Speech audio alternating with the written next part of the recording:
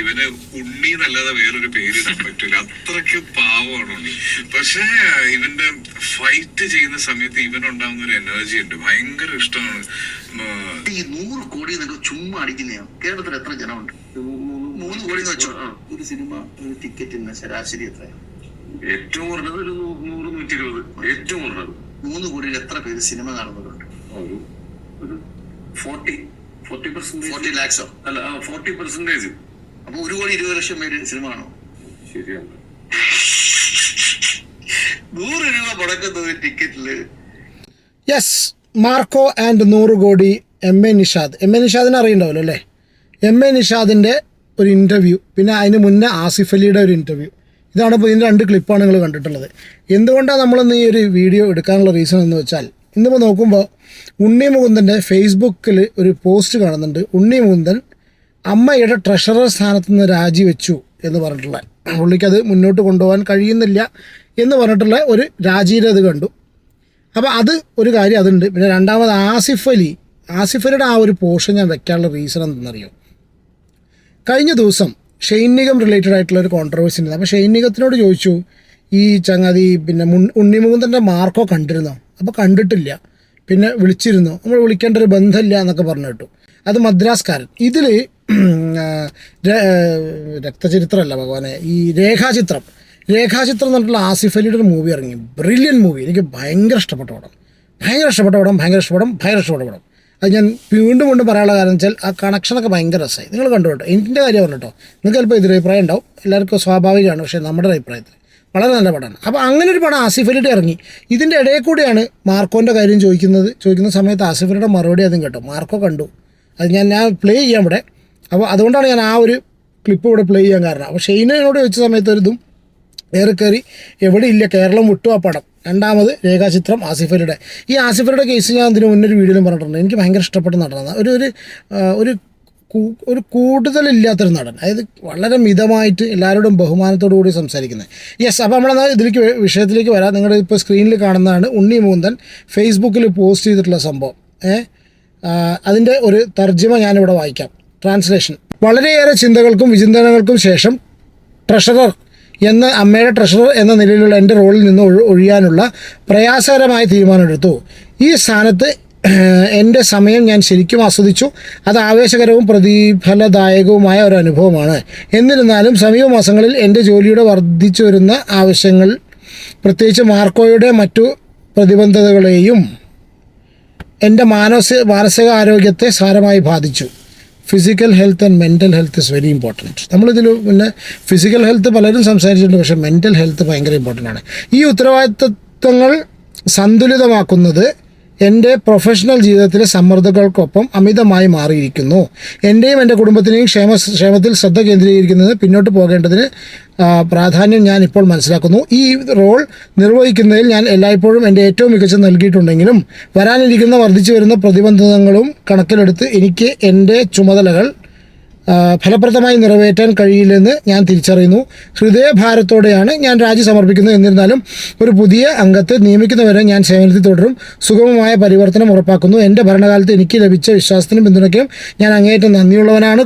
കൂടാതെ ഈ റോളിൽ ഉത്തരവാദിത്തങ്ങൾ മുന്നോട്ട് കൊണ്ടുപോകുന്നതിന് എൻ്റെ പിൻഗാമിക്ക് എല്ലാവിധ ആശംസകളും എന്നും പറഞ്ഞിട്ട് നിങ്ങളുടെ മനസ്സിലാക്കലിനും തുടർച്ചയായ പിന്തുണയ്ക്കും നന്ദി എന്നും പറഞ്ഞിട്ടുള്ള ഒരു ഫേസ്ബുക്ക് പോസ്റ്റാണ് ഉണ്ണി മുകുന്ദൻ്റെ. അപ്പോൾ ഉണ്ണി മുകുന്ദൻ ആ ഒരു സ്ഥാനത്ത് നിന്ന് ഒഴിഞ്ഞു.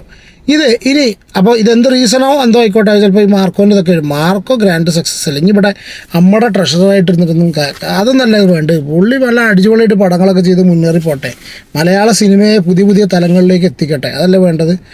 അതാണ് ഹീറോയിസം, അതാണ് വേണ്ടത്. അല്ലാണ്ട് ഇവിടെ അമ്മയും അച്ഛനും കൊണ്ടിരിക്കേണ്ട ആവശ്യമില്ല. അല്ല, അമ്മയ്ക്ക് കമ്മിറ്റി ഉണ്ടോ?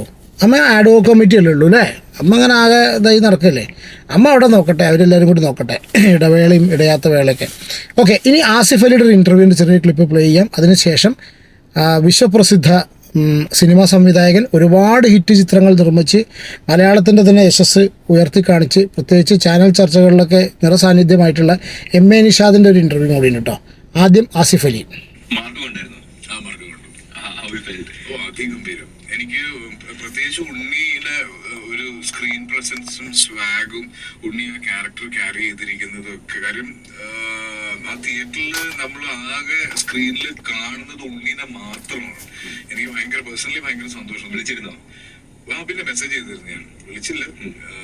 എനിക്ക് ഉണ്ണി ഞാനുമായിട്ടൊരു എപ്പോഴും എനിക്ക് തന്നെ ഞങ്ങൾ ഐ ലവ് മീ എന്ന് പറഞ്ഞൊരു സിനിമയാണ് ആദ്യമായിട്ട് ഏറ്റവും കൂടുതൽ സമയം സ്പെൻഡ് ചെയ്തത്. അപ്പൊ അന്ന് മുതൽ ഞാൻ പറയും, ഇവന് ഉണ്ണി എന്നല്ലാതെ വേറൊരു പേരിടാൻ പറ്റില്ല, അത്രയ്ക്ക് പാവമാണ് ഉണ്ണി.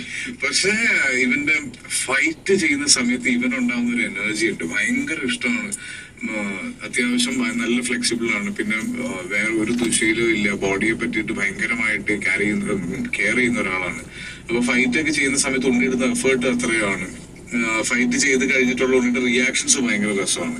അപ്പൊ എനിക്ക് മാർക്കോ പോലൊരു സിനിമ ഉണ്ണിക്ക് ടൈലർ മെയ്ഡ് ആയിട്ട് വന്നതിൽ ഭയങ്കര സന്തോഷമുണ്ട്.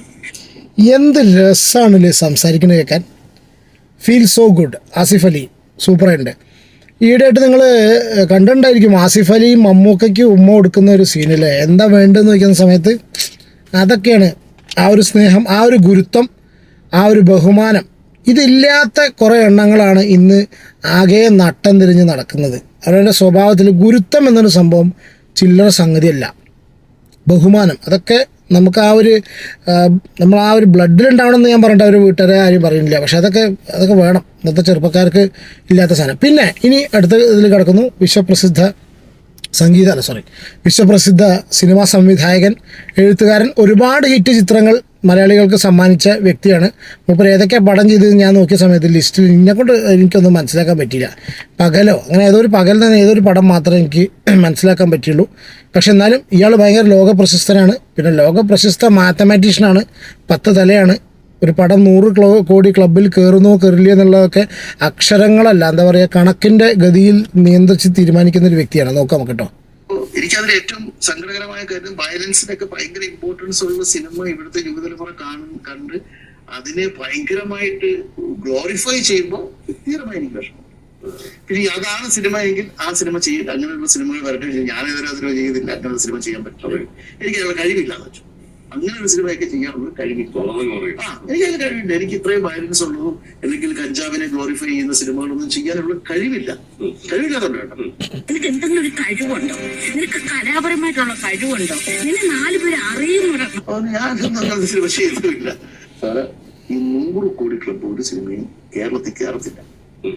ഇത് ഈ 100 കോടി നിങ്ങൾക്ക് ചുമ്മാ അടിക്കുന്നതാണ്. കേരളത്തിൽ എത്ര ജനമുണ്ട്? 3 കോടി എന്ന് വെച്ചോ.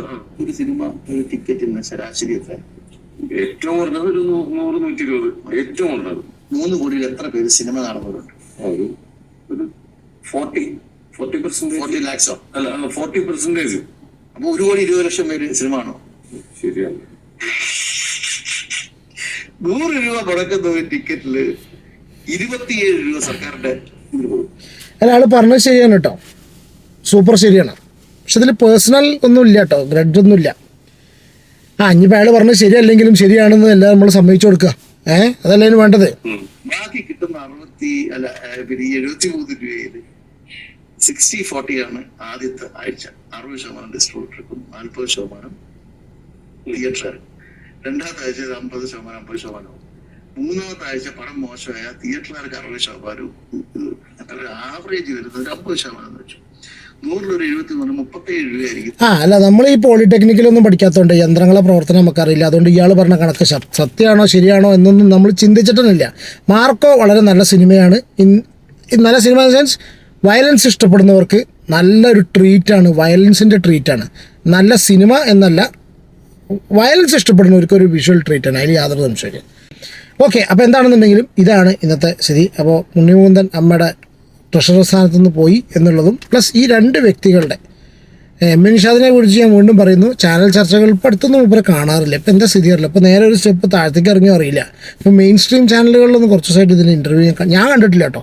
ഇതിലിട്ടുണ്ടോ എന്നുള്ളത് അറിയില്ല. അപ്പോൾ അടുത്തൊരു വീഡിയോയിൽ കാണാം.